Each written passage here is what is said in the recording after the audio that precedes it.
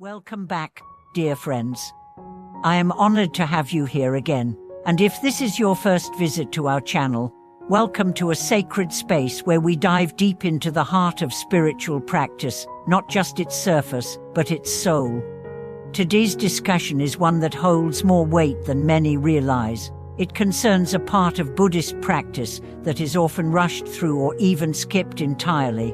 Yet this one moment, so often overlooked, could determine the ultimate trajectory of your spiritual path. I'm talking about the dedication of merit, or after reciting the Buddha's name. Let me ask you this. How many times have you completed your daily chanting, folded your palms, and simply moved on with your day? Maybe you recited Namo Amitabha Buddha thousands of times. Maybe you were sincere. Maybe your heart was even moved, but did you stop and dedicate it? Did you direct the energy you just generated? Did you seal it with intention? If not, you may be missing the most vital part of the practice. Let's explore why. In Buddhist teachings, every thought, word, and deed creates karma, positive actions, especially those done with mindfulness and devotion, generate merit, a kind of spiritual currency. But here's the catch: without direction, merit remains undirected. It's like generating electricity but forgetting to wire it into anything. It exists, but it doesn't fulfill its purpose. This is why dedication of merit is not optional. It's the final, essential step in spiritual practice. It is the moment where you declare, "May the goodness of what I have done today not be kept selfishly, but be used for awakening for myself and for all sentient beings." Let me paint a picture. Imagine a river. You've just spent hours pouring clean, nourishing water into it, your chanting, your prayers, your virtue. But if you don't open the canal to let that river flow where it's needed toward liberation, toward the alleviation of suffering, it simply pools and evaporates. Or worse, it gets redirected unconsciously by your habits, by ego, by craving. That's what happens when we chant without dedication. The merit still exists, but it drifts. It feeds desires we haven't yet released. It fuels samastrik cycles instead of freeing us from them. A famous Buddhist metaphor explains this beautifully. Without dedication, our virtuous actions may only lead to rebirth in the higher realms, temporary comfort, longer life, wealth. But without awakening, these are still within samsara. They are still impermanent. Only when we consciously dedicate merit to enlightenment and to rebirth in the Pure Land do we link our actions to liberation. One of the most commonly used dedication prayers says, "May the merit generated by this practice be dedicated to all sentient beings, and may I and all beings attain rebirth in the Western Pure Land of ultimate bliss." That single statement transforms your practice from personal effort into universal offering. It makes your merit part of a much greater current, a current that flows beyond this life, beyond this form, into boundless compassion. Let me share a story. There was once a lay practitioner who was very diligent. Every day, he recited the Buddha's name with full attention. He kept precepts. He gave generously. But he never really grasped the concept of dedication. He believed, as long as I do good, the universe will sort it out. When he was nearing death, he felt unease. Not fear exactly, but confusion. His mind was scattered. His breathing was labored. He had practiced for years, yet at the most important moment, he couldn't recall the Buddha's name with clarity. His family called a teacher who asked, did he regularly dedicate his practice? They said no. The teacher sat beside him, whispered softly, "Brother, offer all your goodness to the Pure Land. Let go, give it away, give it to all beings, and call on Amitabha."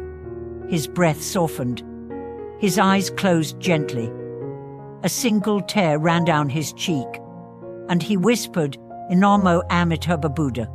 He passed peacefully, but his journey could have been smoother had he cultivated the habit of dedication throughout his life.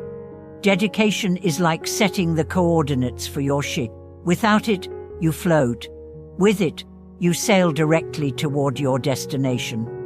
Let's also consider this. Dedication is not just for your benefit, it is a profound act of compassion. Every time you dedicate merit, you are saying, "May others benefit from what I have done. May others be relieved of pain. May others find light." This is the heart of the Bodhisattva path. You become a link in the chain of awakening, a silent benefactor to those you may never meet. Your single chant could ease the suffering of a soul in despair. Your prayer could become the wind that guides a being from darkness to light. And you don't have to chant elaborate prayers. Even a simple, heartfelt sentence is enough. May all beings be free from suffering. May the merit of this practice support their journey. Let's take it further. Dedication can also be directed. You can offer your practice for your ancestors, for a sick loved one, for victims of war or natural disaster. You can dedicate for healing, for peace, for clarity, and yet always end by including all beings. Because the highest dedication is universal. Some people worry, if I give all my merit away, will I be left with nothing? Oh, this is a misunderstanding. In truth, the more you give, the more you receive. Because merit shared is merit multiplied. It's like lighting one candle with another. The first doesn't lose its flame. Instead, the light grows. In fact, selfish merit becomes stagnant, but selfless merit becomes boundless. The universe responds to generosity with expansion. Now let's talk about a subtle aspect: timing. When should you dedicate merit? Immediately after your practice. While the mind is still settled, while the heart is still open. In that sacred space between action and re-entry into the mundane, seal your practice. Don't rush, don't forget.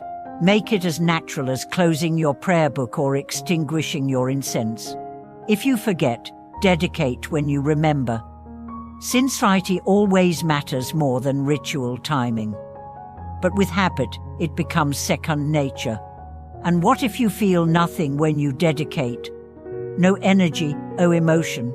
That's okay. Dedication is not performance. It is intention. Sometimes the most powerful prayers are whispered in fatigue. What matters is your direction. Think of it this way. Every time you chant the Buddha's name, you're adding gold to a spiritual vault. When you dedicate, you decide what that gold funds: a mansion of ego or a bridge to liberation. Choose wisely. And now, as you go forward with your practice, I invite you to make a promise, not to me, not to this channel, but to yourself. From now on, I will dedicate. Every time I chant, every time I give, every time I serve, I will not let my goodness float into chance. I will guide it, shape it, offer it, for my awakening, for the awakening of all. Thank you so much for watching this video. If you've experienced the power of dedication in your life, share your story below. Your journey may inspire someone else to begin theirs.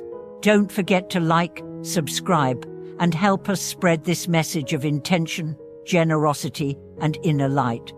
Until we meet again, may your practice be steady, your merit be vast, and your dedication reach all beings.